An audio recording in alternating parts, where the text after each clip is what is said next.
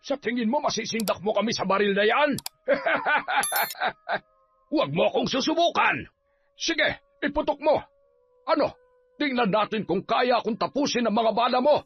At ipapatikim ko rin sa'yo kung sino ako at anong kaya ng matandang antingero na kinakalaban mo. Talagang pinahihirapan mo pa ako. Ate, maawa ka sa akin. Huwag mong gawin sa akin to. Maawa ka. Ako ang nagmamayari sa batang nasa sinapupunan mo, Kiana. Mula nung sandaling tinanggap mo ang alok ko, hindi mo na siya pag-aari. Hindi ba't hindi mo naman siya kayang buhayan? Napakasama mo. Nagtiwala ako sa'yo. Akala ko mabuti kang tao at gusto mo kaming tulungan. Isa kang halimaw. Dapat lang na hindi ka bihiyaan ng anak dahil demonyo ka. Hindi mo masasaktan ang anak ko at hindi mo siya makukuha sa akin. Halimaw! Taon 2001. Capiz.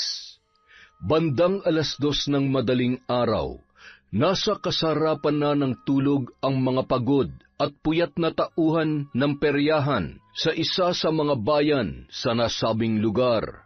Naglagay si Lando ng tabing na trapal sa likod ng isang booth. Doon sila natutulog ng kanyang pinsan na si Patrick. Pareho silang operator ng rides.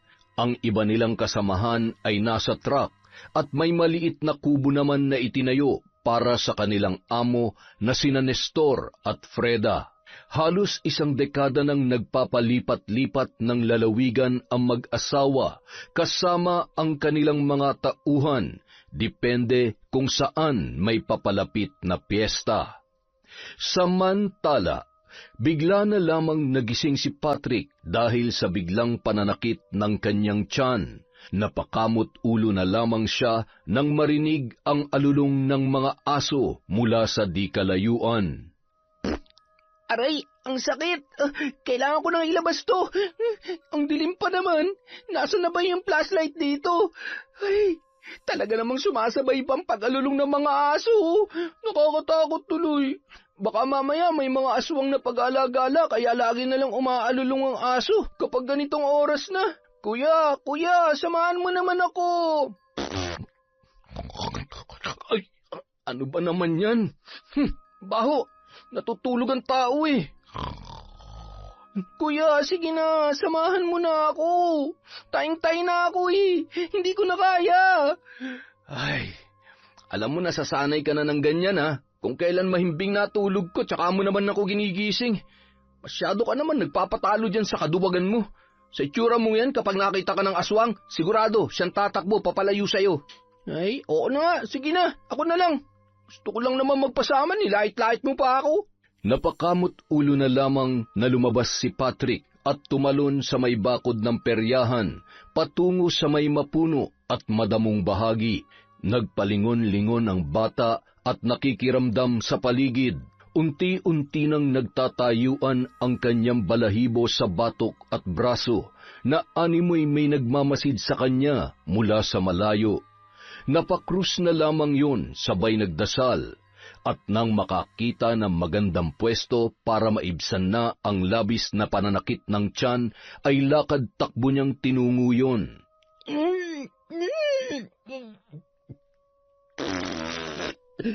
Ay, salamat po, Diyos ko. Makabalik na nga at... Ay, pambira naman kasing tiyan to. Lagi na lamang sira eh. Pasipul-sipul pa yon habang nagmamadaling pumasok sa tarangkahan nang biglang may makita siyang malaking kulay itim na aso. Umaangil yon at namumula ang mga mata. Aswang! May aswang! Walang kasing bilis niyang nilundag ang bakod at nagtatakbo papasok sa loob ng kanilang tinutulugan.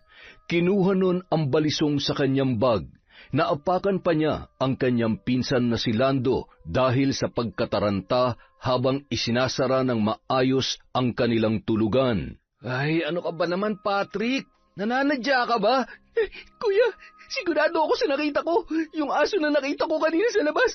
Aswang yun! Aswang! May aswang din dito, kuya!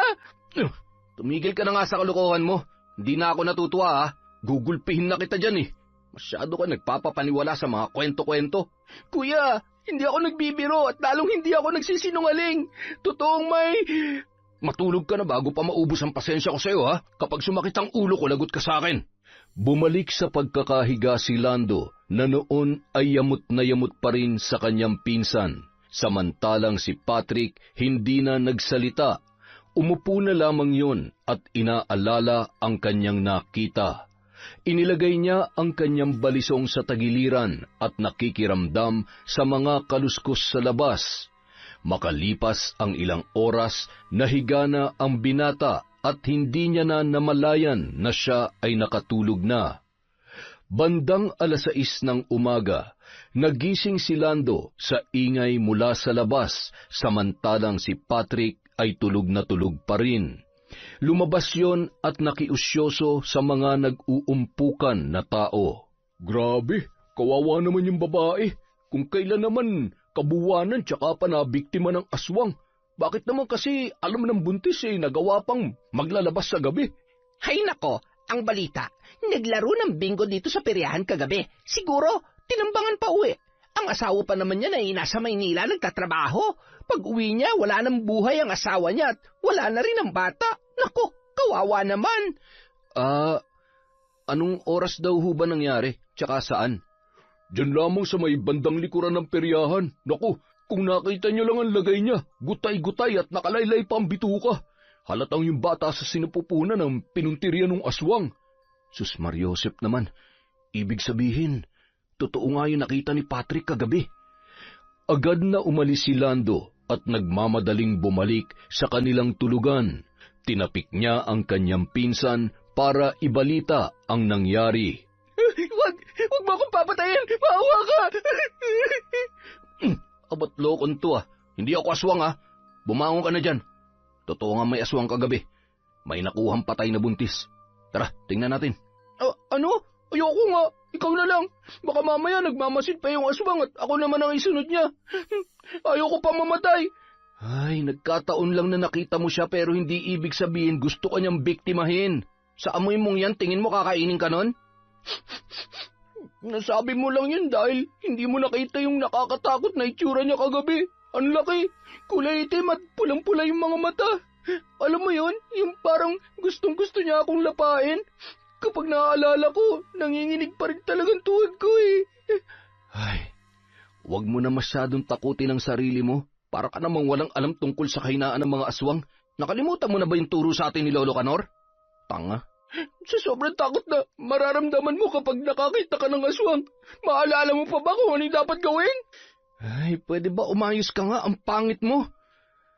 Ay, kung sa bagay, wala ka nga palang ibang alam gawin kundi ang tumakbo sa oras ng peligro.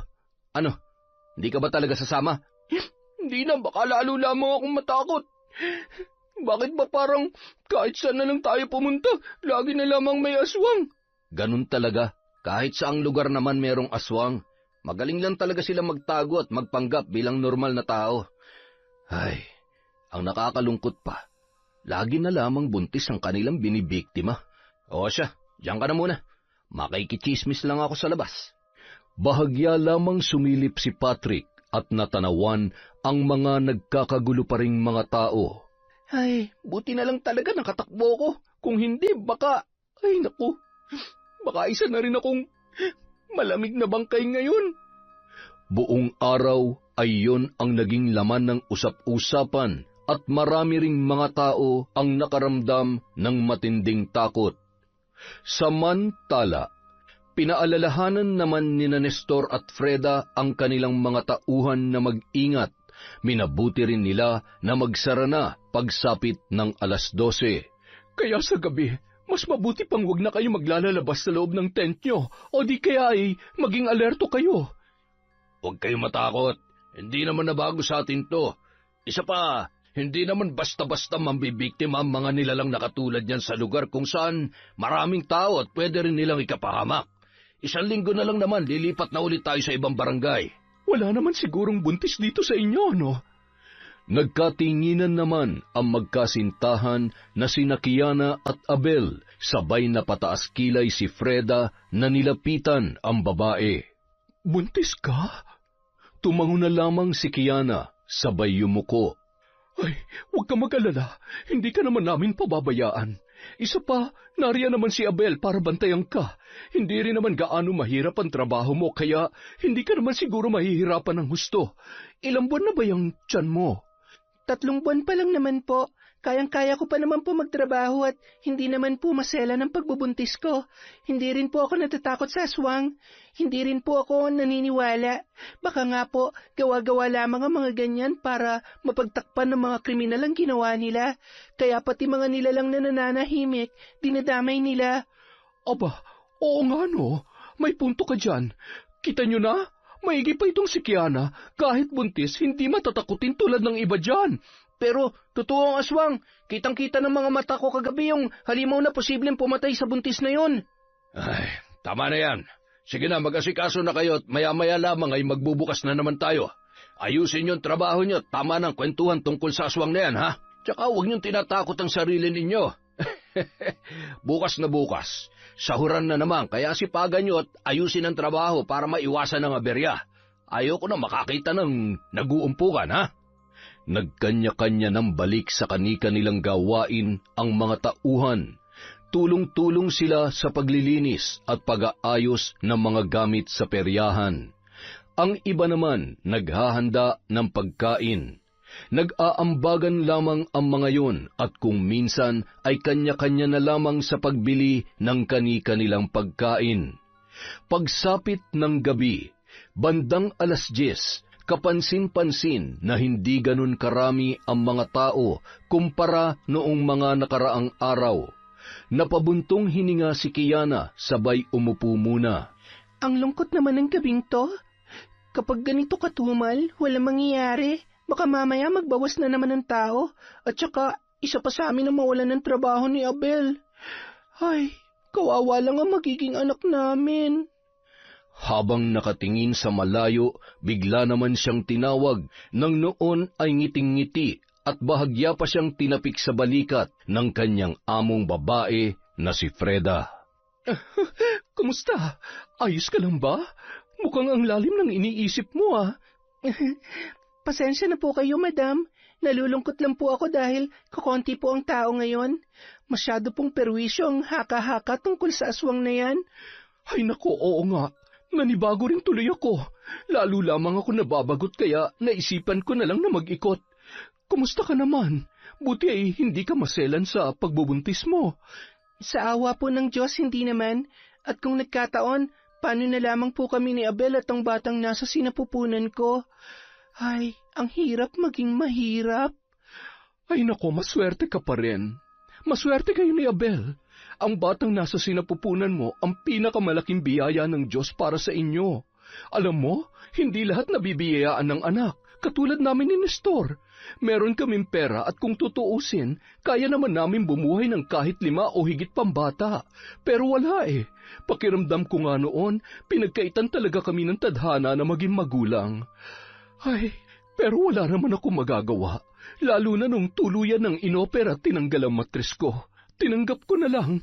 Pero maswerte pa rin ako dahil mabait at hindi ako iniwan ng asawa ko sa kabila ng lahat. Pasensya na po, hindi ko po alam na... Ano ka ba? Wala yun. Gusto ko lang sabihin sa iyo na napakaswerte mo dahil magiging nanay ka na. Masaya naman po talaga kapag iniisip ko na magkakaanak na kami. Magiging nanay na ako. Pero natatakot po ako. Natatakot ako dahil bilang isang ina, hindi pa po talaga ako handa. Isa pa, kung nahihirapan kami ni Abel sa buhay ngayong kami pa lang, paano na lang kapag nagkaanak na talaga kami? Anong klaseng buhay ang dadanasin niya? Ayaw ko pong matulad siya sa amin, lalo na't wala naman na po kaming kamag-anak o mga magulang man lamang na matatakbuhan sa oras ng pangangailangan. Pareho na ho kaming ulilang lubos. Ay, huwag kang mawalan ng pag-asa. Alam mo ba nung bago mag-asawa pa lamang kami, walang-wala rin kami. Lahat na meron kami ngayon ay talagang matagal din naming pinagsumikapan bago namin naabot. Kaya siguradong magagawa niyo rin yun ni Abel. Hindi lamang para sa sarili niyo, kundi para sa mga magiging anak ninyo. Ayaw ko na rin pong umasa na makakaahon pa kami sa kahirapan. Mula nung bata ako, araw-araw na lang yata akong sinasampal ng realidad ng buhay. Alam mo, Kiana, magtiwala ka lang, lalo na sa asawa mo na masipag at maraming alam na trabaho. Maaasahan siya sa maraming bagay, kaya siguradong darating ang araw, mabibigyan niya rin kayo ng maayos na buhay. Basta magtiwala ka lang sa kakayahan niya. Alam mo, importante din na sinusuportahan natin ang mga asawa natin. Ay, alam ko naman hong marami siyang kayang gawin, pero ang problema ho ay masyado hong mahina ang loob niya. Kaya, ewan, minsan naiisip ko, mas mabuti pa sigurong ipaampun ko na lamang ang batang ito. Ha? Ipaampon? Sigurado ka ba dyan sa sinasabi mo? Naku, wag naman. Ganito na lang, tutulungan ko kayo mag-asawa.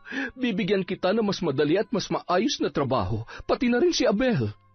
Huwag niyo lamang ipapaampon ang bata. Kawawa naman siya.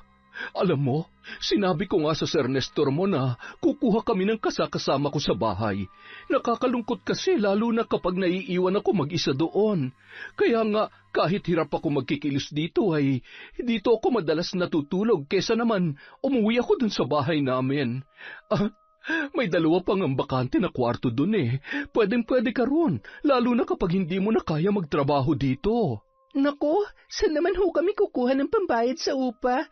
Kaya nga ho nagtitiis kami sa tent dahil wala naman kaming sapat na pera para mangupahan ng bahay. Hindi ko naman kayo sisingilin. Libre lang yun. Habang nagtatrabaho dito sa peryahan ng asawa mo, ligtas naman kayo ng anak mo sa bahay. Habang kaya mo pa, pwede mo akong tulungan sa ilang gawaing bahay. Wala kasi kaming kasambahay eh. Hindi naman kasi ako sanay na utos lang ng utos. Pero kung sakaling magdesisyon ka na, ipapaampon mo talaga ang bata. Sana ipagkatiwala mo na lamang siya sa akin. Hindi ka magsisisi. Ibibigay ko sa kanya ang buhay na pinapangarap mo para sa kanya. Pag-isipan mo na maigi at importante na mapag-usapan niyo ni Abel ang bagay na yan. Habang patuloy sa pagkukwentuhan ang dalawa, may dumating naman na buntis kasama ang asawa nito. Agad yung binati ni Freda at Kiana. Habang naglalaro ang mag-asawa ng ring toss, ay kapansin-pansin ang tumutulong pawis ni Freda na parabang init na init at maya-maya ay napapalunuklaway na lamang dahil sa panunuyo ng kanyang lalamunan. Kiana, babalik na lang ulit ako mamaya. Medyo nangangati ang lalamunan ko eh, at nahilo ako sa sobrang init. Sige ho, madam. Medyo maalinsangan nga ho. Masyado po pala kayong pawisin. Ngumiti na lamang ang ginang kay Kiana, pati na rin sa mag-asawa na noon ay masayang-masaya na naglalaro. Hawak ng kaliwang kamay ng babaeng buntis ang kanyang nakaumbok na tiyan na nasa 8 buwan na at hinihimas-himas pa yun. Natawa pa yun nang biglang naglilikot ang batang sanggol sa kanyang sinapupunan. Habang naglalakad papalayo si Freda mula sa booth kung saan naroon si Kiana, ay natanawan naman yon ng magpinsan na sina Lando at Patrick. Hindi man lamang natakot lumabas yung mag-asawang yan. Baka naman wala silang alam. Nako, kung ako may asawang buntis, hindi ko talaga palalabasin sa gabi. Mahirap na. Anong tinatawa-tawa mo dyan, ha? Kasi, wala ka pang ang girlfriend, may paasa-asawa ka pa na lalaman. Ano naman nakakatawa dun? Hindi pa nga sinuswerte. Tsaka choosy ako, no? Ayoko nga nung babae na bibigyan na ako ng sakit ng ulo, tsaka aanderin lang ako. Nako, ayaw ko rin ng babae na 3 times a day tinutoyo. Kailan pa nga kapag lolo ka na? Lagpas na sa kalendaryo yung edad mo, oy. Alam mo, ang dami mong sinasabi. Malapit na talaga akong mapikon sa'yo, ha? Kailan nga kasi? Baka naman kasi torpe ka lang o abat. Ayaw mo talagang tumigil, ha? Ikaw nga, tinitigasan na pero hanggang ngayon hindi ka pa rin tuli. Pinakikailaman ba kita, ha? Kuya naman, baka mamaya may makarinig sa'yo. Uy, masyado ka naman pikon eh. Kamot ulong tumalikod na lamang si Patrick, sabay na patingin sa mga dalaga na dumaan at nagbubulong-bulungan. Sabay nakatingin sa kanya at pasimpleng nagtawanan ang mga yun. Naku, narinig kaya nila yung sinabi ni Kuya? Ay, nakakahiya. Pero bahala kayo dyan, basta ayaw kong... Sakit kaya yun. Hindi lang basta kagat ng langgam yun, ha? Ano, uto-uto? Makalipas ang ilang oras, bandang 12:00 ng gabi, tuluyan nang nagsara ang peryahan. Siniguro nilang nakalabas na ang lahat ng mga tao bago tumungo sa kani-kanilang tulugan. Nadatnan ni Abel ang kanyang kasintahan na si Kiana na nakatagilid habang hinihimas-himas ang kanyang balakang. Ayos ka lang ba? May masakit ba sa'yo? Napagod ka ba? Okay lamang ako. Nangalay lang pero maya-maya wala na rin to. Mahal, kanina pala nakita ko kayo ni Madam. Mukhang seryoso yung pinag-uusapan nyo. Anong sabi niya sa'yo? Ayun, gusto niya tayong tulungan. Nabanggit ko kasi na parang gusto ko na lang ipaampun tong bata para naman hindi na maranasan pang hirap ng buhay na dinadanas natin. Ano? Narinig mo ba yung sinasabi mo? Hindi magandang biro yan, ha? Abel, seryoso ako. Kasi alam naman nating pareho na hindi pa tayo handang maging magulang, diba? Hindi naman natin inaasahan na magbubunga ang... basta, isipin na lang natin kung anong makakabuti para sa kanya. Ano bang basehan mo ng pagiging mabuting magulang, Kiana?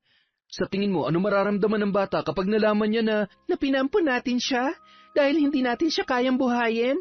Sige, ano mararamdaman niya kung kasama natin siya pero hindi natin siya mapapakain ng 3 beses sa isang araw? Na hindi natin siya mabilhan na maayos na damit? Na hindi siya makakapasok dahil wala naman tayong permanenteng... Tama na, Kiana. Hindi natin ipapaampun ng bata. Oo, mahirap tayo. Oo, ganito ang trabaho natin. Pero hindi ibig sabihin wala nang ibang paraan para buhayin ko ang anak natin. Hindi mo ba nakikita ang pagsusumikap ko? Hindi mo ko naiintindihan. Talagang hindi kita maiintindihan. Kasi ako kahit anong mangyari, hindi ko kayang ipamigay ang sarili kong anak. Hinding-hindi, Kiana. Mababakas ang sakit at galit sa mukha ni Abel na tumalikod na lamang, sabay lumabas at nagpahangin. Nagulat naman yon nang tumambad sa harap niya ang noon ay nakangiti na si Freda. Madam, kayo po pala. Ano pong ginagawa niyo dito? Naglalakad-lakad lang. Nakaidlip na kasi ako kanina kaya ngayon ay hirap naman ako makatulog. Ikaw, bakit parang problemado ka? Nagkasagutan lamang po kami ni Kiana. Sabi ko naman sa kanya na hindi ka papayag. Huwag ka mag-alala, kakausapin ko ulit siya tungkol sa bagay na yan. Kung ako sa kanya, papayag na lamang ako sa inaalok ko sa kanya. Mas maigi na yon kesa naman ipaampun niya ang bata. Isa pa, handa naman kami mag-asawa na tumulong sa inyo. At inilahad ng ginang ang napag-usapan nila ni Kiana. Mas gumaan ang loob ni Abel dahil nababatid niyang hulog ng langit sa kanilang mag-asawa ang inaalok na libreng paninirahan nila sa bahay ng mga yon habang nagtatrabaho siya sa peryahan. Salamat po sa alok ninyo. Ay, sige na. Baka hinahanap na ako ni Nestor. Basta, kapag nakapagdesisyon na kayong dalawa, sabihan niyo lamang agad ako, ha? Magpahinga ka na rin at siguradong pagod ka na. Nakangiting tumalikod si Freda at sinundan pa yon ng tingin ng binata. Mula nang naging tauhan siya sa peryahan ay matagal niya na ring alam na likas na matulungin si Freda at Nestor kahit pa kapwa may pagkastrikto yon pagdating sa trabaho. Nung kalmado at nakapag-isip-isip na siya, ay pumasok na si Abel sa kanilang maliit na silid-tulugan, na yari lamang sa trapal at may sapin na plywood ang higaan at isang makapal na kumot. Mahimbing nang natutulog si Kiana nung mga oras na yon. Naaawa siya sa lagay ng kanyang asawa. Ay, patawarin mo ko. Alam kong nahihirapan ka lang sa sitwasyon natin ngayon kaya ka nagkakaganyan. Huwag kang mag-alala, konting tiis na lang. Sa tulong nila, Madam Freda, hindi mo na kailangan magtiis dito. Kayo ng anak natin. Kung kailangan kong pagtrabahuhan ng buong buhay ko, kapalit na mas komportableng buhay niyo ng anak natin, gagawin ko. Mahal na mahal kita. Kayo ng baby natin. Marahan niyang inayos ang buhok ng kanyang asawa, sabay hinagkan yun sa noo. Naalimpungatan naman si Kiana. Matulog ka na. Bukas na lang tayo mag-usap ng maayos, ha? Sorry. Bahagyang ngumiti si Abel, sabay humiga at mahigpit na niyakap ang kanyang kasintahan. Matapos ang 3 pang linggo ay lumipat na ulit sila sa isang baryo sa Karatig Bayan at doon ay muling nanumbalik ang panibagong sigla ng peryahan. Walang kinatatakutan ang mga tao katulad ng mga haka-haka tungkol sa aswang sa ibang lugar na kanilang napuntahan. Nagkasundo naman sina Abel at Kiana sa kanilang desisyon na tanggapin ang alok na tulong ng mag-asawa. Kaya naman agad nang isinama si Kiana at Abel na mag-asawa sa kanilang bahay. Inayos nila at nilinisan ang kanilang magiging kwarto doon. Habang inaayos ang gamit ay kinumusta naman ni Freda ang magkasintahan. Nagustuhan niyo ba? Pasensya na't medyo napagod kayo sa paglilinis pero kita niyo naman, maganda at bago pa. Hindi ko lang maasikasong linisin na maayos ang buong kabahayan dahil sa laki nito. Salamat po, madam. Mahal, ikaw nang bahalang tumulong kay madam sa ibang linisin, ha? Oo naman, mahal. Yan na nga lang ang gagawin ko dito eh. Nako, huwag mong problemahin ang iba pang linisin. Bawal ka masyado mapagod. Siguro, sapat lang tulungan mo ako sa paglalaba. Masarap din ho yung magluto, kaya pwede niyo hong ipagkatiwala ang kusina niyo sa kanya. Ay nako, maselan ako pagdating sa pagkain. Marami kasing ipinagbabawal sa akin ng doktor, kaya ako talaga mismo nagluluto ng pagkain ko. Siguro kapag nandito na lamang si Nestor, dahil yun ang mahilig kumain ng kung ano-anong putahe. Sige na, ipagpatuloy niyo na yan. Dito ka ba matutulog ngayon, Abel? Hindi po. Kailangan ko pong humabol bago magbukas ang peryahan dahil wala po ngayon yung kasalitan ko. Masama raw ho ang pakiramdam niya. Ay siya, sige. Huwag ka mag-alala. Hindi ko pababayaan na mag-ina mo rito. Mas ligtas sila dito kesa sa peryahan. Alam mo naman, medyo maselan kapag buntis. Maigi na yung nag-iingat. Oo nga po, madam. Kaya ngayon pa lang po ay sobra-sobra na ako nagpapasalamat sa inyo ni Sir Nestor. Bago umalis si Abel, ay nakaluto na rin si Kiana para sa hapunan. Kaya naman kumain muna ang lalaki. Tawagan mo na lamang ako kapag may kailangan ka o di kaya hindi magandang pakiramdam mo, ha? Sisikapin kong umuwi dito kahit 1 beses man lang sa 1 linggo. Mag-iingat ka sa trabaho, mahal, ha? Masayang kumakaway si Kiana kay Abel na noon ay nasa labas na ng tarangkahan at nag-aabang na masasakyang tricycle papunta sa paradahan ng jeep patungo sa bagong lokasyon ng peryahan. Si Freda naman hindi na lumabas nung gabing yon, kaya naisip ni Kiana na nakatulog ng maaga ang ginang, kaya maaga na rin siyang nahiga at ninamnam ang malakas na hangin mula sa electric fan at ang malambot niyang higaan nung mga oras na yun. Mula nang bata pa ako, pangarap ko na makahiga sa ganito kalambot na kama at ganito kaluwag at napakagandang kwarto. Tama nga si Madam Freda, ikaw ang swerte sa buhay namin ng tatay mo. Hindi na namalayan ng babae na siya ay nakatulog na, habang nakatagilid at nakayapos sa mahabang unan. Habang natutulog yon ay dahan-dahan namang binuksan ni Freda ang pinto at sinilip si Kiana. Agad naman yung umalis nang bahagyang gumalaw ang dalaga. Samantala, makalipas ang 3 oras mula nang makabalik sa peryahan si Abel ay kinumusta naman yon ng mga kaibigan niyang sina Lando at Patrick. O ano, pare? Kumusta naman? Ayos lang, pre. Sa wakas, nasa maayos na kalagayan na yung mag-ina ko habang nagtatrabaho ako. Mas maigi nang dun si Kiana kaysa dito siya magtrabaho sa peryahan. Mainit at nahihirapan siya. Buti sana kung hindi siya buntis. Mabuti naman yun, Kuya Abel. Mahirap na. Alam mo na, baka mamaya may pagala-gala pa ring aswang. Mas safe na siya dun. Tama ka, pero sa totoo lang, hindi mo mapapaniwala yun sa aswang. hindi rin yun matatakutin. Ay, grabe, ang bait talaga ng amo natin. O siya, bukas na lang ulit tayo magkwentuhan, baka makita tayo ni boss. Nakakahiya naman. Kinabukasan, 5:00 ng hapon, napansin ni Kiana na nakabihis si Freda at mukhang may lakad. Madam, aalis po kayo? Oo, saglit lang naman ako. Gusto ko lang bumisita sa peryahan. Mukhang masaya dahil kabilugan ng buwan kaya siguradong maraming pupunta doon. Ikaw na munang bahala dito, ha?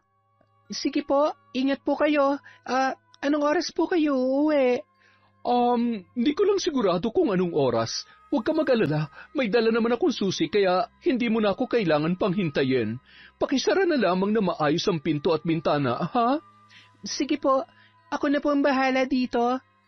Nagmadali nang lumabas ang ginang at sumakay sa kanyang kotse.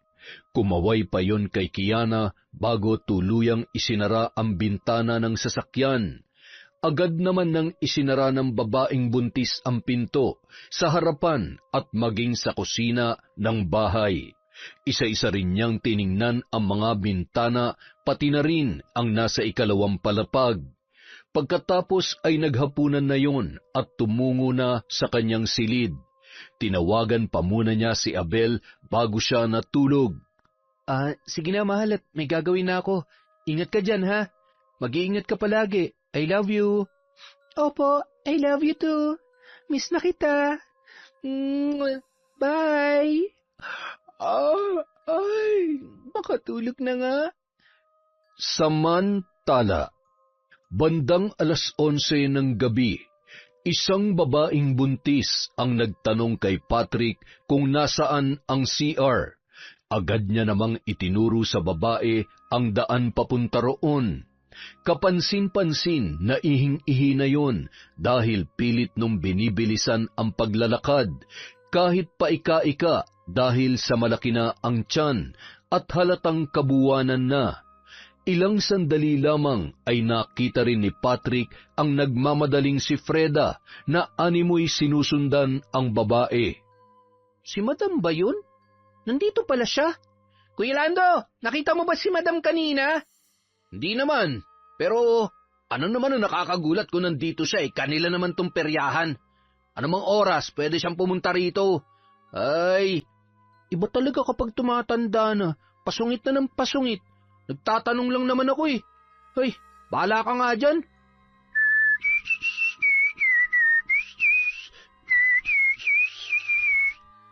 Hoy, sandali lang naman.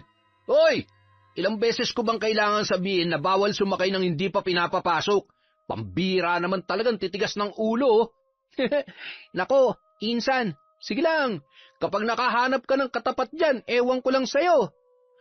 Habang pinagmamasdan nun at pasimpleng pinagtatawanan ang kanyang Kuya Lando, ay napalingon yon nang may marinig na sigaw mula sa di kalayuan.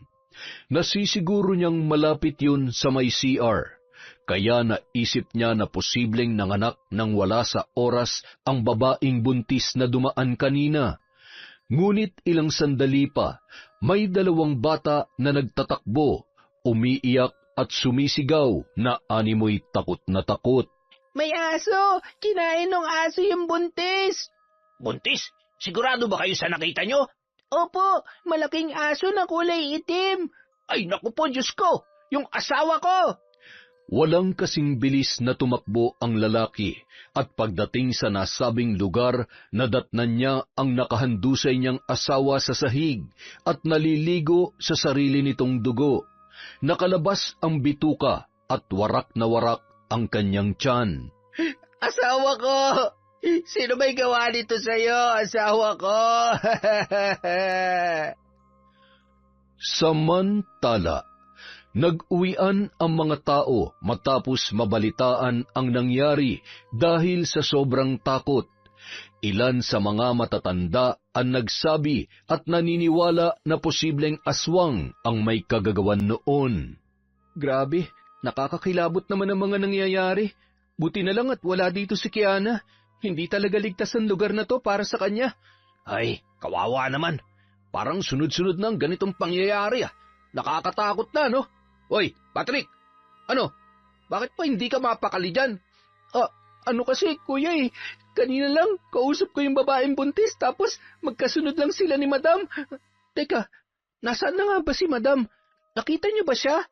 Aba, kanina mo pa hinahanap si madam Siguro, yung ulo mo talaga, Kuya Lando. Kung hindi mainitin, saksakan ng dumi ko mag-isip. Hindi ako maaari magkamali. Sigurado nakita niya nangyari sa buntis dahil magkasunod lang sila. Pero, nasaan na kaya yun? Imposible naman kung namamalikmata lang ako. Bandang 2:00 ng madaling araw, habang nasa biyahe sina Nestor at Freda pauwi sa kanilang bahay, mabilis na pinaharurot ng lalaki ang sasakyan. Nestor, ano ka ba? Gusto mo na bang mamatay, ha? Gusto mo bang mabangga tayo? Alam kong galit ka, pero... Pero ano? Bakit ba ang tigas ng ulo mo? Hindi mo na ba talaga kayang kontrolin ang sarili mo, ha?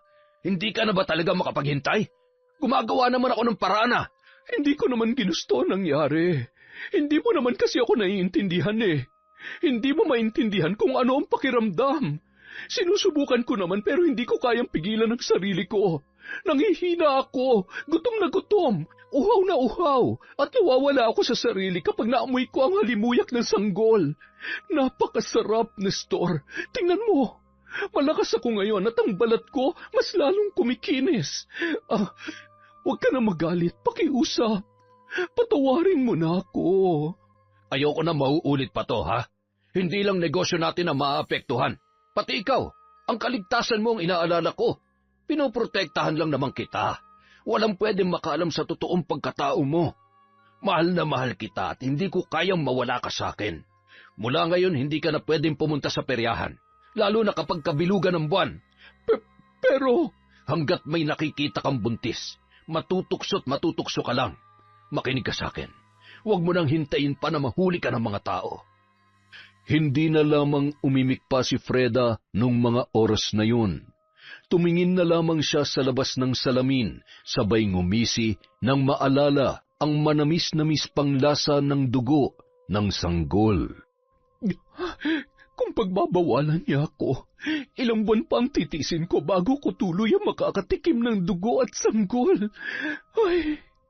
Kinabukasan, maaga pa lamang naririnig na ni Kiana na nagwawalis at nagdidilig na ng mga halaman si Freda.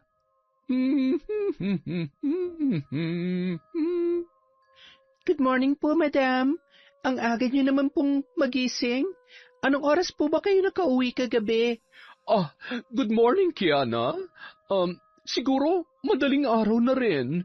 Hindi ako makatulog na maayos kaya bumangon na ako agad. Nalipasan siguro ko ng antok.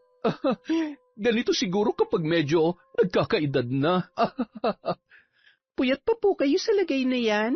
Ang ganda-ganda niyo ho ngayon, madam. Parang hindi naman po kayo tumatanda. Mas bata pa nga po yung kutis niyo kaysa sa akin Naku, ikaw talaga?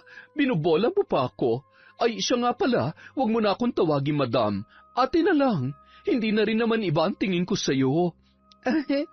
Salamat po, ate. Tulungan ko na po kayo. Ako na po magdidilig sa iba pang halaman. Habang nagdidilig si Kiana at bahagyang hinihimas-himas ang medyo nakaumbok niyang tiyan, ay masayang-masaya naman si Freda. Hindi na siya makapaghintay sa paglaki ng sanggol na nasa sinapupunan ng babae. Ate, pawis na po kayo. Buti pa, pumasok na po kayo sa loob. Ako na lamang po ang bahala dito. Ayos lang naman. Gustong-gusto ko nga ito Masarap sa pakiramdam kapag pinagpapawisan. Tapos, busog na busog din ang pang-amoy at mata ko. Ang ibig kong sabihin ay, busog na busog ang mata at ilong ko sa ganda at bango ng mga bulaklak ng halaman ko. Oo nga po, ate. Ang gaganda at ang lulusog ng mga halaman ninyo. Ang bango rin po ng halimuyak. Wala nang mas babango pa sa halimuyak ng sanggol na nasa sinapupunan mo, Kiana. Napakabango. Samantala, alam mo, kagabi ka pa hindi mapakali.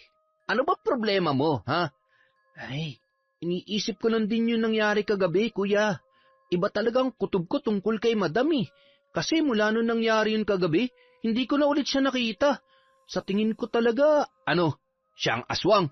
Yun ba? Medyo delikado yung iniisip mo, Brad. Baka mawalan tayo ng trabaho nang wala sa panahon dahil sa kalokohan mong yan. Hindi basta kalokohan lang to, kuya.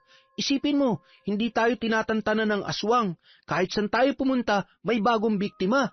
Imposible naman na may aswang sa bawat lugar na nililipatan natin. Kung hindi siya, nasisiguro ko na isa sa mga kasamahan natin ang aswang. May punto ka naman dyan. Teka, ang aswang malalapit sa mga buntis. Tapos, teka, naalala mo ba si Joy-Joy? Yung dating nababantay sa ticket booth? Di ba nung nabuntis yun, inampun yun ni Madam? Tapos, mula noon, yun nga rin ang naaalala ko, kuya. Paano kung hindi naman totoo na ninakawan sila? Paano kung kinain niya rin si Joy-Joy tulad nung iba pang mga naging biktima? Kung ganun, kailangan natin makasiguro kung totoo nga ang hinala natin. Kung sakali man, kailangan natin matimbrehan si Abel. Kung hindi, mapapahamak si Kiana at ang batang nasa sinapupunan niya. Kailangan natin ng tulong ni Lolo. Mabuti pa puntahan natin habang may oras pa tayo ngayon. Eksakto namang malapit sa lugar na yon ang baryo kung saan nakatira ang kanilang Lolo Canor. Matapos kumain ng almusal ay bumiyahe ang dalawa papunta roon. Kalahating oras din ang inabot ng kanilang biyahe sakay ng tricycle. Tuwang-tuwa naman ang matanda nang makita ang kanyang mga apo. Buti naman at naalala niyo pa kung dalawin mga lintik kayo. Akala ko ay nakalimutan niyo na ako. Ang dami ko nang naipon na kwento sa inyo. Teka, ano nga palang sadya niyo at bigla kayong napadpad dito? Anong kailangan niyo? Pera? Wala ako niyan, ha? Alam niyo naman na gwapo lang at mahusay sa pakikipaglaban itong lolo ninyo. Pero wala akong pera. Lolo, ano po kayang pwede namin gawin para mahuli o malaman na aswang yung isang nagpapanggap na normal na tao? Abat, bata pa lamang kayo na ikwento ko na sa inyo ang tungkol sa bagay na yan. Nakalimutan niyo na? Alam mo, noon ang mga aswang ay nagtatago halos ayaw masinaga ng araw. Pero sa ngayon, masyado na rin sila mapangahas, tuso at mapagpanggap. Pero mapapansin mo rin yun sa kilos nila. Siyempre, maglalalapit sila sa taong gusto nilang biktimahin. Buntis, sanggol, at may mga malubhang karamdaman. Yun ang kanilang gustong-gusto. Pero depende pa rin sa aswang dahil may mga aswang na mas nasasabik naman sa mga patay. Marami sila, iba-iba, pero lahat sila ay mapanganib at handang pumaslang para lamang makuha ang kanilang gusto. Kung ganun, pwedeng tama nga ang kutob ko. Ito.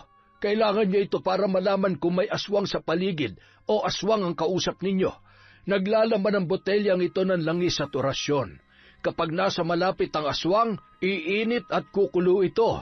Kailangan talaga natin makausap si Kuya Abel para maprotektahan niya si Ate Kiana at saka yung anak nila. Inilahad ng magpinsan ang sunod-sunod na pangyayari at iba pang dahilan ng kanilang paghihinala kay Lolo Canor. Posibleng ang isang patibong lamang ang pagtulong niya sa kasintahan ng kaibigan ninyo. Marahil naghihintay lamang siya ng tamang pagkakataon para kainin ang sanggol na nasa sinapupunan niya. Heto ang kwintas. Kailangan niyo ito maibigay sa kanya. At ito, kailangan niya ito maikabit sa damit niya para hindi magalaw ang sanggol. Ay, mga masasamang nilalang nga naman, oo. Hahabakin ang lahat, makapambiktima lamang. Mahirap talagang tumanggap ng tulong sa kung kani-kanino lang at maaaring buhay ang maging kapalit na kabayaran. Maraming salamat ho, Lolo. Malaking tulong ho ito para matulungan ang kaibigan namin. Hindi na rin po kami magtatagal at kailangan na po namin kumilos sa lalong madaling panahon, bago pa po mahuli ang lahat. Sige na, lumakad na kayo at balitaan niyo na lamang ako. Kung kakailanganin niyo ang tulong ko ay sabihan niyo ako agad. Alam niyo naman wala akong inaatrasan. Wala pang aswang na hindi ko napapasuko at napapasuka. Kung hindi niya tatalikdan ang kanyang pagiging aswang, ako ang hahatol sa kanya ng kamatayan. Sige na, mag-ingat kayo. Bilang isang antingero, malakas ang kakayahan kong labanan sila, ngunit alam ko rin kung gaano sila kalakas. Hindi sila madaling kalabanin. lalo na ng mga normal na taong katulad ninyo. Lalo na kapag masyadong lalamya-lamya at duwag. Hindi ba, Patrick? Lolo naman, sinasabi niyo po bang duwag ako? Gusto mo pa bang sabihin ko sa'yo kung ilang beses mo na akong tinakbuhan kapag nakikita mong hawak ko ng talbos ng bayabas at labaha? Ay, ilang taong ka na ba lintik ka? Maigi ata riyan ay itak na, o kaya naman ay papalukulin ko na lang. Ay, Kuya Lando, tara na nga. Anong oras na Baka hinahanap na tayo ng mga kasamahan natin. Ang sabihin mo, hindi mo na kaya yung sinasabi ni Lolo. Ay, nako. Ano, gusto mo hawakan ko, o kaya itali natin tapos. Kunwaring hinawakan ni Lando ang kanyang braso at si Lolo naman ay kukunin ang kanyang palakol. Kuya, bitiwan mo nga ako! Lolo! Ay, naku ka, Patrick, ka talaga. Hindi ko maintindihan kung saan mo minanay ang kaduwagan mo. Sige na, takbo na! Kapag naabutan kita, yari ka sa akin! Walang kasing bilis na kumaripas ng takbo si Patrick at halos mamatay naman sa kakatawa si Lando. Aray ko! Ay, tawa ka ng tawa dyan masyado, ha? Anong balita sa'yo? Hanggang ngayon ba'y wala ka pa rin ni isang babaeng naloloko? Napakahina mo naman, lintik ka. Hindi ka ba marunong manligaw? Ay, ito nga ho palalo, panggastos nyo. Babalik na lang po kami sa susunod na araw. Abat, ayos mukhang dinaan ako sa suhol. Makakatikim na naman ang alak mamaya. Mabilhang nga ng tsoknat yung darling ko na makadalaw bukas at puros na lamang pagpapaanak ang inaasikaso. Nakalimutan na yata ako. Aba, sakto, mansari namin bukas. Kinagabihan, hinihintay ni Lando at Patrick na pumunta si Freda sa peryahan, ngunit bigo silang makita yon. Araw-araw ding kinakausap nila si Abel at kinukumusta si Kiana.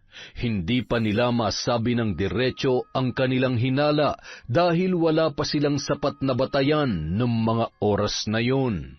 Makalipas ang 3 araw, bandang 3:00 ng hapon, nagulat sila nang makita si Kiana. Naisipan kasi nung dalawin ang mga dating katrabaho at kaibigan sa peryahan.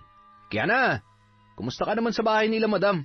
Medyo malaki na yung tiyan mo, Oo nga ang bilis ng araw. Ilang buwan nilang manganganak na rin ako. Sana nga hindi ako mahirapan Buti na lang talaga, napakabait nila, madam. Pareho sila mag-asawa. Napakalaking tulong ang pagpapatira niya sa akin sa bahay nila. Ikumusta mo na lang kami kay madam? Ilang gabi ko na yata siyang hindi nakikita Masama ang pakiramdam niya mula kahapon. Nangihina raw siya kaya, ayon, nagkukulong sa kwarto. Nanghihina? Madalas siyang hindi nagpapakita kapag tapos ng kabilugan ng buwan. Sabi ni Lolo, kapag walang biktima, hindi nakakakain ng sariwang karne at hindi nakakatikim ng dugo, manghihina talaga sila. Tama. Kaya na, alam kong hindi ka naniniwala sa aswang pero kapag buntis ka, importante na may pangontra ka para maprotektahan mong anak mo at hindi ka rin mahirapan sa panganganak. Eto, galing to sa lolo naming antingero. Kay talaga ang dami niyong alam. Pero salamat dito Isusuot ko na at baka sakaling swertehin ako. Maiwan ko na muna kayo. Pupuntahan ko lang ang iba nating kasamahan dito. Namiss ko na rin kasi sila Pagkatalikod ni Kiana, maya-maya ay dumating naman si Abel at nakangiting iniabot ang isang baunan na may laman na ulam. Wow! Ang sarap nito Saan galing to? Dala ni Kiana. Nakita niyo na ba siya? Oo, kaalis lang. Nakakwentuhan nga namin Sasabay ako sa kanila ni Sir Nestor mamaya sa pag-uwi. Pahinga muna ako bukas. Namimiss ko na ang asawa ko at sasamahan ko rin siya magpatingin sa doktor. Ay, siya nga pala, Abel. Eto, dalhin mo to. Ibigay mo to kay Kiana Ilagay mo dun sa kwarto niya para malaman niya kung may aswang na umaali-aligid sa kanya. Ay, sige, pasimple ko na lang na ilalagay at alam niyo naman yon. Medyo mahirap kumbinsihin pagdating sa mga ganyang usapin.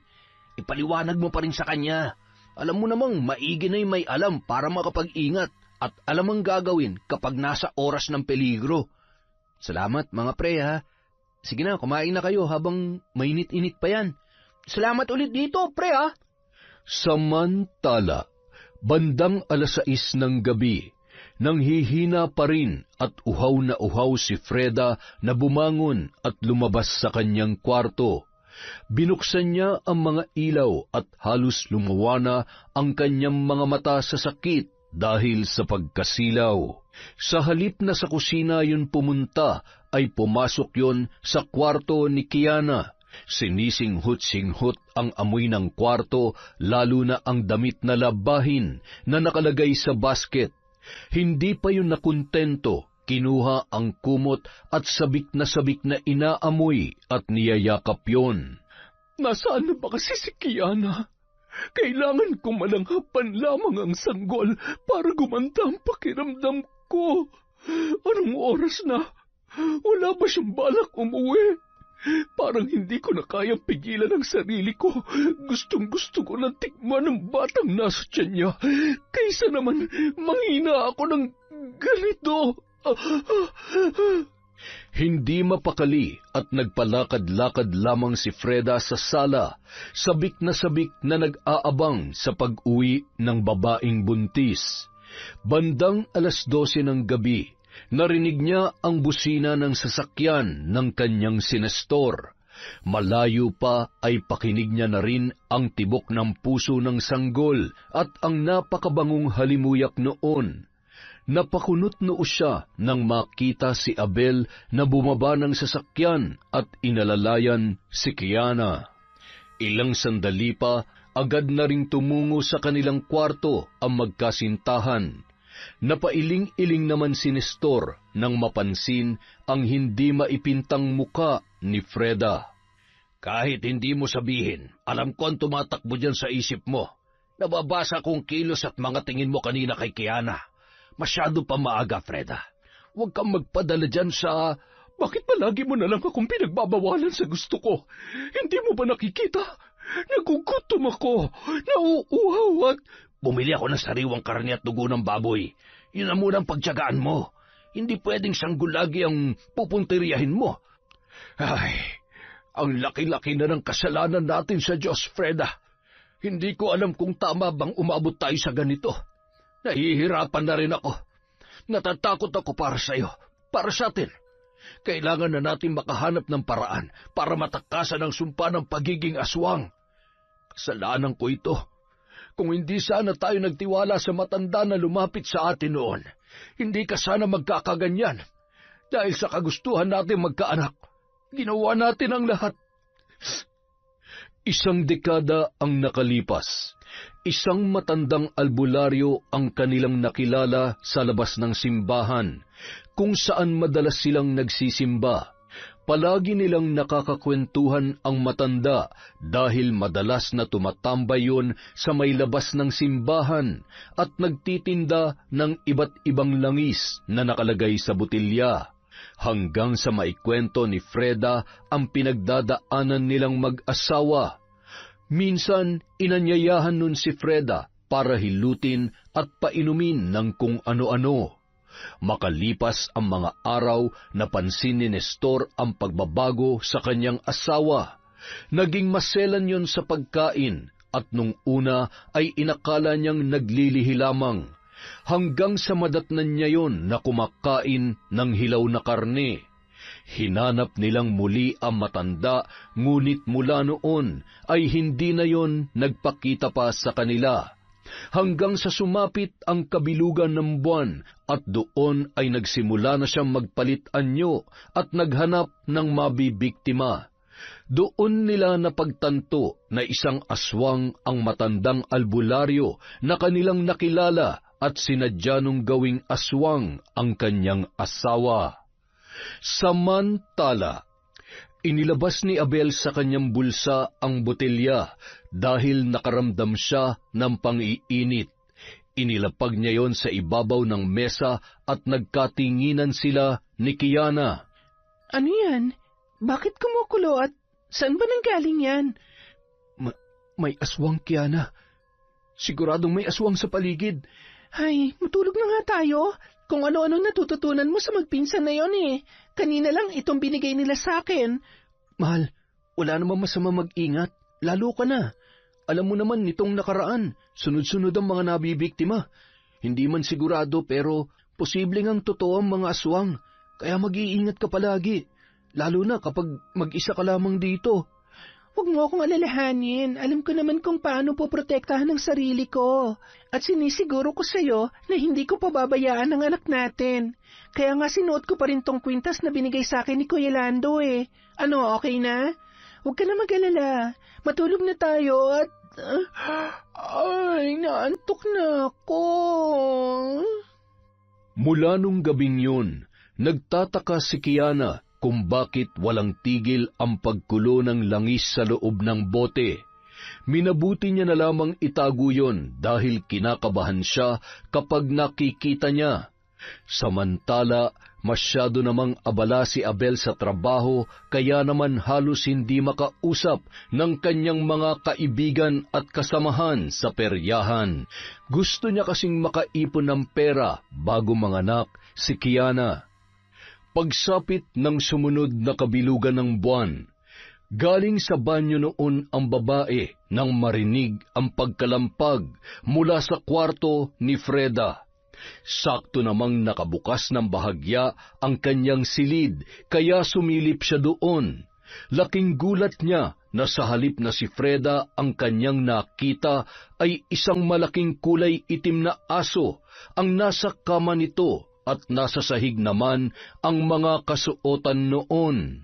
Nanlaki ang kanyang mga mata at dahan-dahang umatras habang hawak ang kanyang tiyan at nagmadali nang pumasok sa kanyang kwarto at isinara yon. Ramdam niya rin ang pag-init ng kanyang kwintas. Agad niyang tiningnan ang langis na kanyang itinago. Halos maubos na ang laman ng botelya dahil sa malakas na pagbulwak ng langis. Aswang! Totoo sila!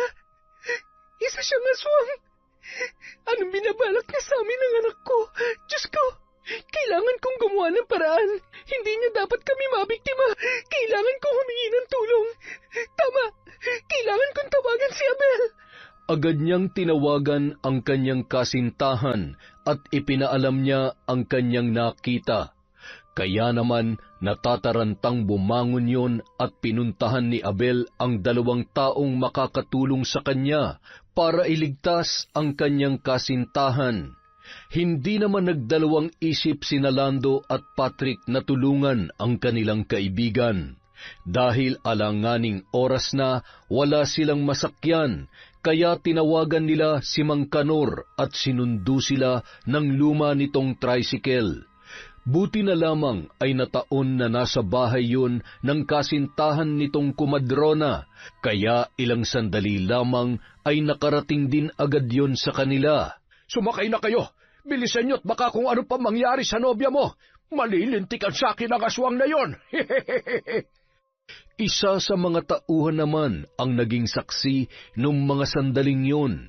Inakala tuloy noon na nagnakaw at tumatakas ang 3 niyang kasamahan sa trabaho, kaya pinuntahan niya si Nestor sa silid tulugan noon kapag tinatamad na umuwi sa kanilang bahay. Boss Gising, pasensya na po pero masama po ang kutob ko. Mukhang ninanakawan ho kayo ni Abel, ni Lando at ni Patrick. May sumundo po sa kanilang tricycle. Naglolokohan pa nga sila tungkol sa aswang eh. Aswang? Teka, dito ka lang. Susundan ko sila. Nagmamadaling sumakay si Nestor sa kanyang kotse para maabutan sina Abel. Masama ang kutob ko. Posibleng alam na nila ang totoo. Hindi maaari. Hindi niyo pwedeng saktan ang asawa ko. Samantala. Wala na bang ibibilis to? Kailangan na natin magmadali. Aba, kung sa tingin mo mas mabilis ka makakarating doon kesa sumakay dito, mauna ka na sa amin. Nakikisakay ka na nga lamang nagrereklamo ka pa. Huwag kayo mag-alala, basta suot niya ang kwintas, hindi siya masasaktan ng aswang. Maya-maya natanawan nila mula sa may likod ang noon ay umaarangkadang sasakyan ni Nestor. Dahilan para mabahala sila, lalo na nang walang tigil silang binubusinahan noon. Inunahan sila ni Nestor, sabay hinarang at tinutukan ng baril. Anong pinaplano nyo? Kung ano man ang binabalak nyo, sisiguruhin kong hindi kayo magtatagumpay. Hoy! Sa tingin mo masisindak mo kami sa baril na yan? Huwag mo akong susubukan! Sige, iputok mo! Ano? Tingnan natin kung kaya akong tapusin ang mga bala mo at ipapatikim ko rin sa'yo kung sino ako at anong kaya ng matandang antingero na kinakalaban mo. 3 sunod-sunod na putok ng baril ang umalingaw-ngaw nung mga sandaling yun. Ngunit ang ipinagtataka ni Nestor ay kung paanong hindi tinatablan ang matanda at ang mga kasamahan nito. Ha? Paano nangyari yon? Anong klaseng nilalang ka? Hindi mo na kailangang malaman pa. Pero dahil mapangas ka at sagabal ka sa aming plano, ito ang dapat sa'yo. Bigla na lamang natumba at nawalan ng malay si Nestor matapos bumulong sa hangin si Mang Kanor. Anong nangyari sa kanya, Lolo? Pinatulog ko lamang yan. Ipasok nyo na sa kotse niya at mukhang uulan. Kawawa naman, baka sipunin. Samantala, Kiana, gising ka pa ba? Buksan mo naman itong pinto. Alam ko na naririnig mo ko. Sige na, buksan mo itong pinto. patuloy na kinakalampag ni Freda ang pinto at pilit na pinabubuksan yun. Rinig na rinig noon ang tibok ng puso ng bata na nasa sinapupunan ni Kiana at parang nawawala yon sa sarili dahil sa sobrang natatakam sa kanyang naririnig. Anong gagawin ko? Abel, nasaan na kayo? Tulungan mo kami ng anak ko, Diyos ko. Kayo na pong bahala sa amin. Iligtas niyo po kami. Ilang sandali lamang, nagulat si Kiana nang gumalaw ang doorknob at bumukas ang pintuan. Bumungad sa kanya ang nanlilisik na mata at nakausling mga pangil ni Freda. Talagang pinahihirapan mo pa ako. Ate, maawa ka sa akin. Huwag mong gawin sa akin to. Maawa ka. Ako ang nagmamayari sa batang nasa sinapupunan mo, Kiana. Mula nung sandaling tinanggap mo ang alok ko, hindi mo na siya pag-aari. Hindi ba't hindi mo naman siya kayang buhayan? Napakasama mo. Nagtiwala ako sa'yo. Akala ko mabuti kang tao at gusto mo kaming tulungan. Isa kang halimaw.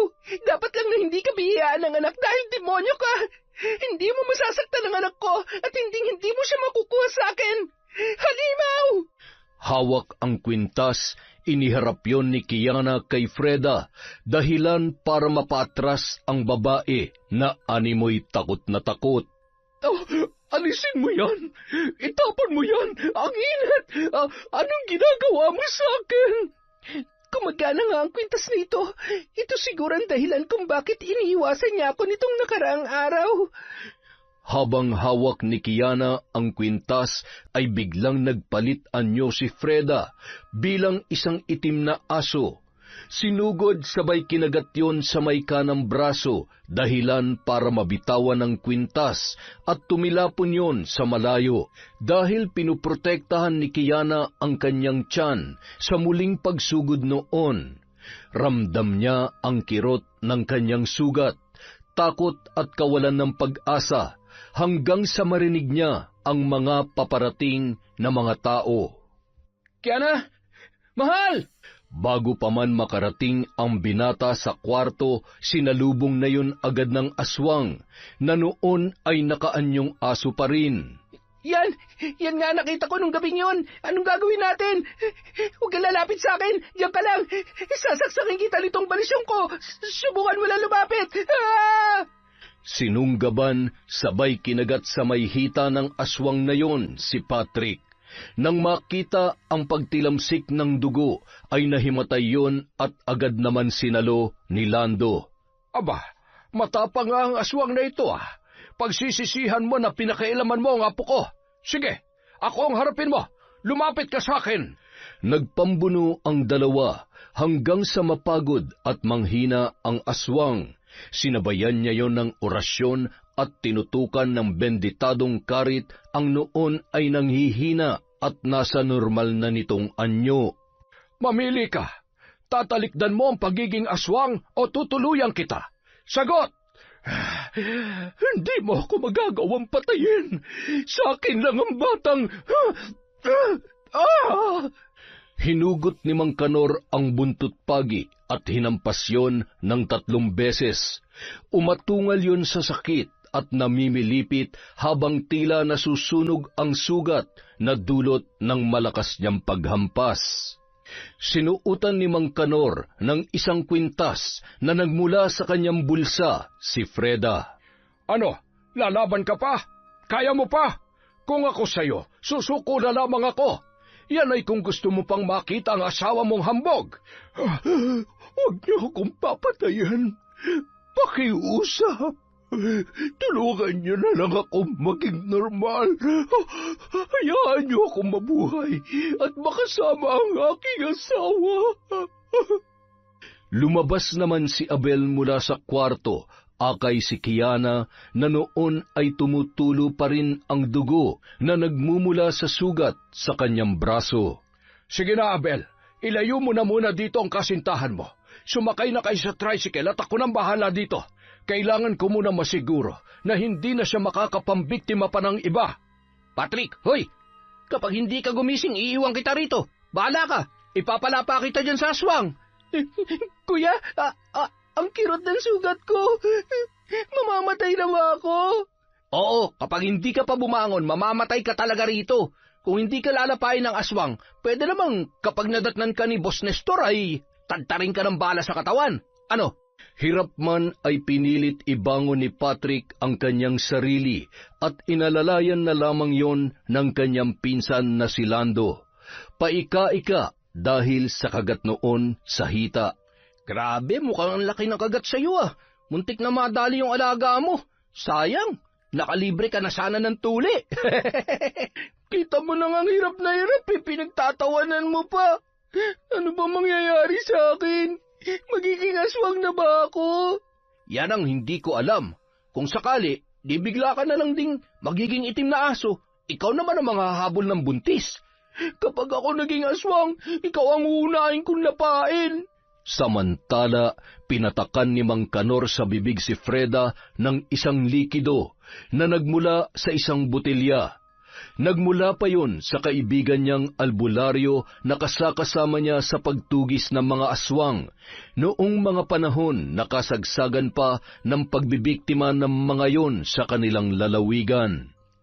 Ilang sandali pa, namilipit sa sakit si Freda at nagpagulong-gulong habang nakahawak sa kanyang tiyan at nagsususukayon ng kulay itim hanggang sa may mailuwa na kakaibang bato. Paano mo nakuha ang bagay na ito? Paano ka naging aswang? Hindi ko naman po talaga ginustong maging aswang. Biktima lamang din po ako. Isang matandang albularyo na akala ko'y matutulungan akong magkaanak. Pero hindi ko inaasahan na magiging mas palala ang problema namin mag-asawa dahil sa nangyari sa akin. Sinubukan kong labanan ang pagiging aswang pero kahit anong gawin ko, hindi ko na kaya pang pigilan ang sarili ko na kumain ng sariwang karne at uminom ng sariwang dugo. Natalo ko ng halimaw na bumabalot sa buong pagkatao ko.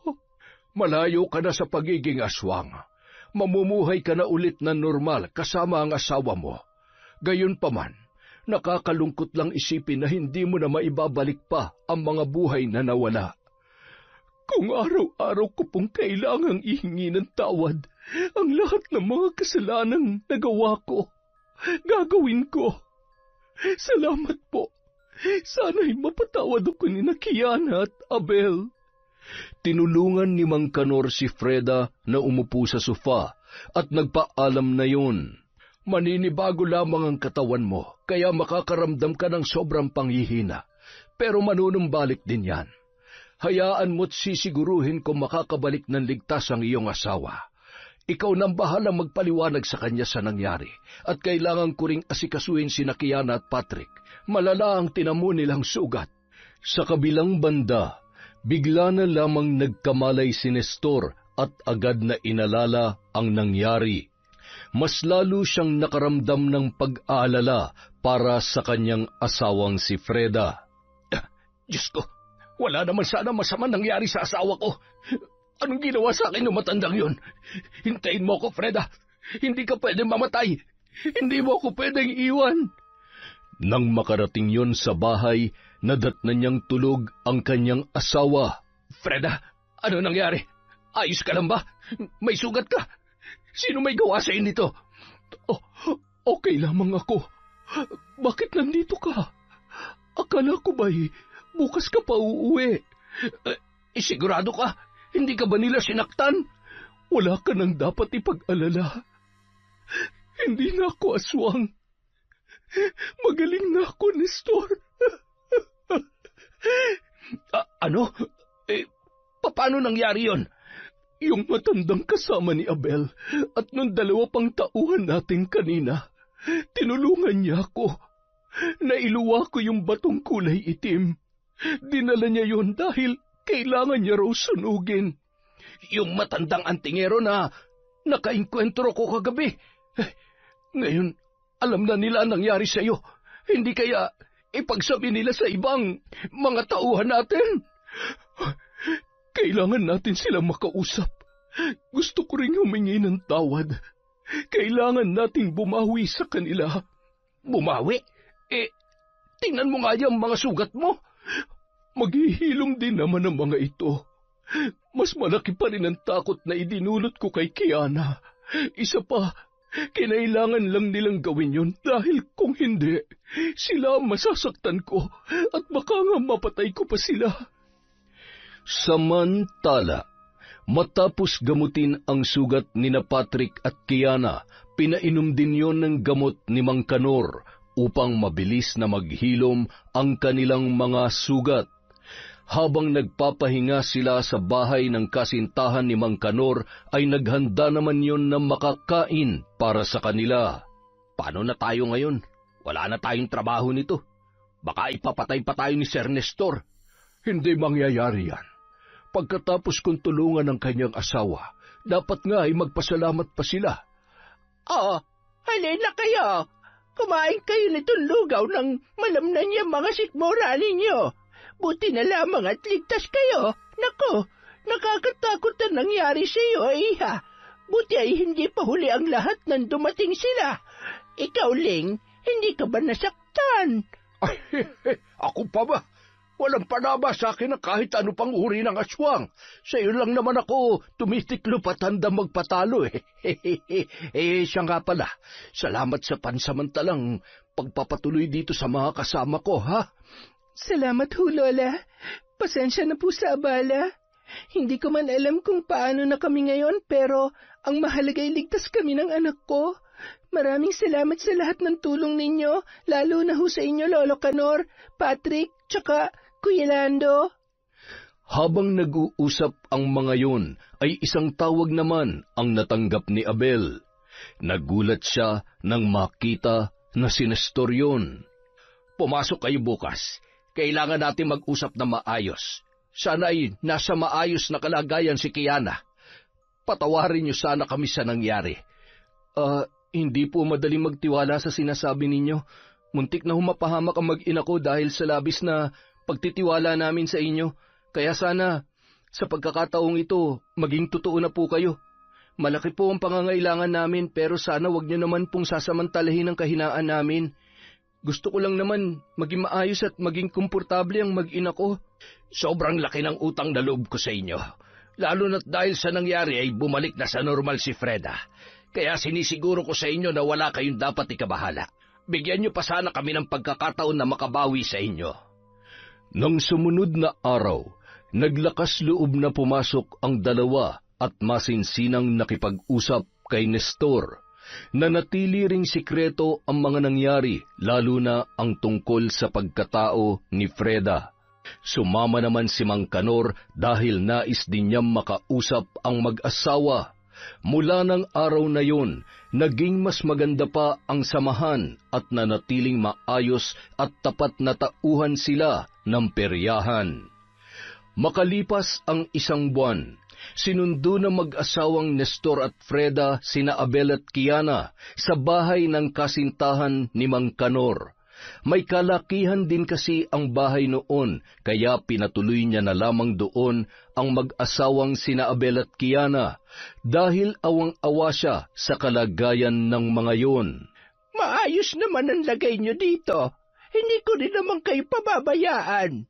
Pero kung sa tingin nyo ay maganda ang intensyon nila sa pagkakataong ito, wala namang problema. Dadalaw na lamang ako sa iyo at siyempre, ako pa rin ang magpapaanak sa iyo, ha?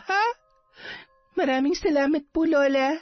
Napakabuti niyo po, kaya naman naiintindihan ko kung bakit sa kabila ng edad niyo ay mahal na mahal pa rin po kayo ni Lolo Kanor. Ay, ang totoo ay, ako naman talaga ang first love ni Kanor. Kaya lamang ay, nagmaynila ako noon.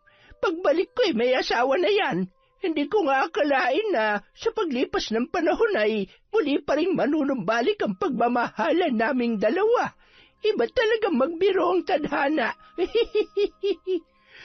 Huwag po kayo mag-alala, Lola. Ligtas na ho sila sa pagkakataong ito, at gusto lang ho naming bumawi at matulungan sila. Salamat naman sa Diyos. Ay, sige na. Lumakad na kayo bago pa tayo magkaiyakan dito. Nasanay na tuloy ako na nandirito ka sa bahay. Para na kitang tunay na anak at excited na rin ako makita magiging apo ko sa iyo. Siguradong malulungkot si Kanor kapag nalaman niyang nakaalis na kayo. Makalipas ang ilang buwan, kinakabahan si Freda habang nakasilip sa pinto dahil sa pag-aalala kay Kiana. Ramdam niya ang sakit at mukhang hirap na hirap yon sa panganganak. Ayan, mukhang malapit nang lumabas ang bata. Ire! Ayan, aba, ay napakagwapo ng batang ito. Ay, tingnan mo, ang ilong ay sa'yo at ang mata ay kay Abel, ang puti-puti. Agad namang pumasok si Freda at maluha-luha rin yun, habang pinagmamasdan ang bata na noon ay nasa ibabaw ng tiyan ng kanyang ina na si Kiana. Salamat sa Diyos at nakaraos ka na. Napaka-cute ng baby. Masayang masaya ko para sa iyo. Sa wakas ay may maririnig na akong iyak ng sanggol sa bahay na ito. Huwag ka mag-alala, ate. Dahil nandito rin naman kami, gusto ko ring maranasan mo na maging nanay. Pwede mo rin siyang ituring na anak. Di ba nga, para na rin tayo magkapatid, kaya binibigyan ko kayo ng karapatang magpakananay kay Angelo. Pwede ko ba siyang kargahin? Oo naman. Ganito pala ang pakiramdam ng may kargang bata. Alam mo bang matagal ko nang pinapangarap ito? Ano ba yan? Hindi ko tuloy mapigilan ang pagluha ko. Habang nag-uusap ang mga yon, ay siya namang pagdating nina Abel at Nestor. Mahal ko? Oh, ayan. Kargahin mo ang anak mo. Napakagwapo niya. May baby na tayo dito sa bahay, Nestor. Masayang-masaya rin ako para sa inyo. Abat, pakarga nga rin ako. Kaya lang, wag na pala. Hindi pala ako marunong. Tsaka na lamang kapag medyo malaki na siya. Mahal na mahal ko kayo ng anak natin. Alam mo ba, kulang na lang lumipad ako sa sobrang pag-aalala sa inyo. Bukas, siguradong dadalaw ang Ninong Lando at Ninong Patrick mo, baby. Ay, napakaswerte ng batang ito. Marami nagmamahal kaya siguradong lalaki itong mabait at masayahin. Makalipas ang 5 taon, habang hawak ng bata ang kamay ng kanyang nanay Kiana, nang matanaw ang kanyang mami Freda, ay bumitaw yon ay tumakbo. Mami, Naku, miss na miss mo yata ako ngayon Kumusta ang first day of school? very good daw po ako. Sabi po ni teacher, look mami dami kong star sa kamay. Oh, very good naman talaga ang baby boy namin. Dahil dyan, mamamasyal tayo sa linggo at bibilhin natin yung paborito mong toy. Yay! Thank you po, Mommy. I love you. I love you din po, nanay ko. We love you so much, anak. Ate, pasuyo nga muna kay Angelo. Nahihilo kasi ako eh. Okay ka lang ba? Okay lang naman ako, ate. Baka napagod lang ako at nainitan. Magpahinga ka muna. Ako nang bahala mag-asikaso ng pagkain natin.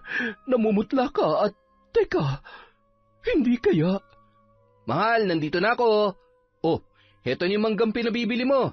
Hilaw na hilaw pa yan. Siguradong maasim na maasim. Naglilihi ka? Nagsusuka, mainitin ang ulo, at gusto ng hilaw na mangga. Buntis ka, mahal? Ata, hindi ko alam. Pero mahigit 1 buwan na akong hindi dinadatnan at... Naku, big boy na talaga tong baby natin. Magiging kuya ka na. Kuya, magkakaroon na po ako ng baby sister, Nay. Tay. Bakit? Gusto mo ba? Yes po, gusto ko ng kalaro. Yay!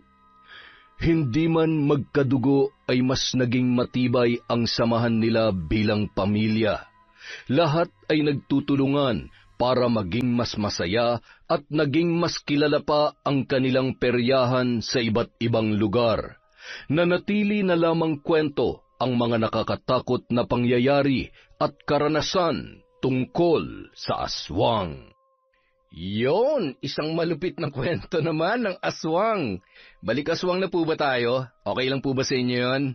Sana nagustuhan nyo ang napakagandang kwento natin. Dahil dyan, meron tayong shout out. Simulan natin kay Michelle, kay Maria Therese Alimios, kay Betty Velasco. Hi po kay Vicky Yabut, kay Mel Santarita, kay Frederick Ganagana, kay Roslyn Jimenez. Shout out kay Ira Umali, kay Scarlett Sky Maniego, kay Jappy Portes, hello po kay Logan Travor from Efrain Chan, kay Ryan Alba, Loretta Bobes from Elidia Bobes, shout out po kay Miriam Gabriel Garcia sa RGW Garments from Basta Mage ako. Elvira Malakas, shout out po kay Alfreda Alano, kay Trio Cavibes, kay Helen Aldave, kay Jennifer Mauricio. Shout out kay Ramil Fariolin, kay Liza Quizon, kay Irena Matinig. Shout out kay Robert Crimen, kay Virginia Belay. Hi kay Norsen TV, kay Denzel Inderes, kay Grace Amodio, kay J886. I Love Traveled. Mariam Duca, hello po kay Charlene Gumansing, kay Amy Viray, kay Cola Lona, kay I'm Ilocana, hi po kay Aida Mendoza, kay Emelita from Taguig, kay Margie Banosong, kay Tess at Benson Sumaging, Azalea, Angelina Ignacio, Hani Austria, Josefina Felias, Annabel Ibanez, Resel Galope. Shout out po kay May Megs, kay Beth Mercado, kay Helen Grace, Mami Liana Nalugon, hi kay Mira Baral from Lipa City, Batangas. Hello po kay Roslyn Nabajo, kay Judith Peñaflor, Alma Naong, hi kay Doris Estander, kay Ma'am Tess of Magallanes, Cavite from Re Basil, kay Eva Bantilan ng Pascual Bindery from Michelle Guevara. Hello po kay Sally Roldan, kay Jinky Perez, hi kay Silent Garden, kay Dativa Homesilio, Bing Oko at Nick of Antipolo. Hello po kay Penny Nalog of Antipolo Rizal, kay Ami Saro Ay, kay Wilson Jr. Aguilar, kay Jessica Rojas, kay Naloa Vlog from Oman. Hello po kay Corazon Cacalda, sa Dordas family of Batangas from Patrick Dordas, kay Arcana Tredemort, kay Dodong Bustamante ng Davao from Mario Bustamante. Hello po kay Maria Benitez. Shout out kay Andy Amarila, kay Josephine Arrocio, kay Jonas Siaw. Hello kay Rosalie Clemente, kay Ni Alforte. Hi Ni, kumusta? Kay Rachel Bueno, sa mga taga Masantol from Lenny Bungay. Halima Adjari from Dayan Supapo, kay Vicky Randel at kay Mario De Vega. Hello po kay Missy Trota. Hi kay Carlita Nocerale, kay Glenda Galido, Valentino Ragasa, kay Mina Pusing, Patrick Guevara, Philip Taneo, Randy Balete, Mary Dolly Rose. Hi po kay Linda Denina, kay Tita Sareno, kay Condesa Mercedita Balana Reyes, kay Jerly Altares Aranas, kay Mika Vlog from Australia.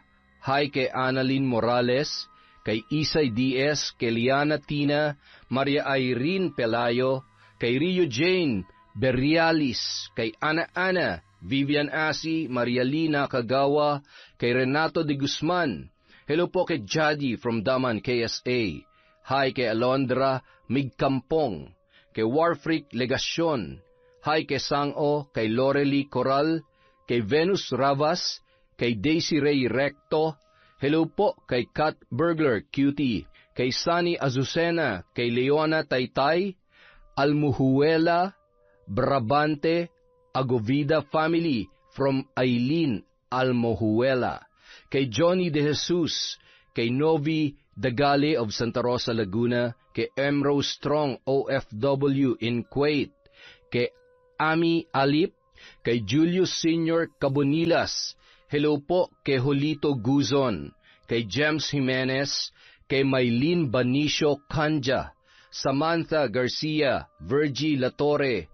Hello kay Recto Acebo, kay Jeneline Pascua, Riema Sionagi, kay Cristal Jade Gonzalez. Shout out kay Febe Ranada, kay Evelyn Reyes, Ruby Neal, Gomer at Arlene Canyaveral, Rain Tiberio, mga mananahi ng MNR Apparel from Heart Arabella. Hi po sa Imperial Ledesma at Grefaldia family from Mary Grace Grefaldia. Hello po sa Galedo family from Rai, sa Deniña family from Judy Sabelina. Hello po sa Galendez Ramos family from Maria Rose Galendez. Hi po kay Hana Maylin Sesgundo, kay Nessa Navilon, kay Sheila Swede, kay Josie Aniban. Hi po kay Ana Maria Lanza, kay Bru, kay Billy, Janime, Reynaldo, at Lucy Buendia. Hello po kay Cataleja Soto, kay Cherry Mukbanger SMR, kay Kimpoy Feliciano, kay Belen Malbas, kay Ami Yong, kay Hazel Alcontin, at syempre kay Ashley Hilary Paslon. Maraming salamat po sa walang sawang pagsuporta sa Kwentong Enteng.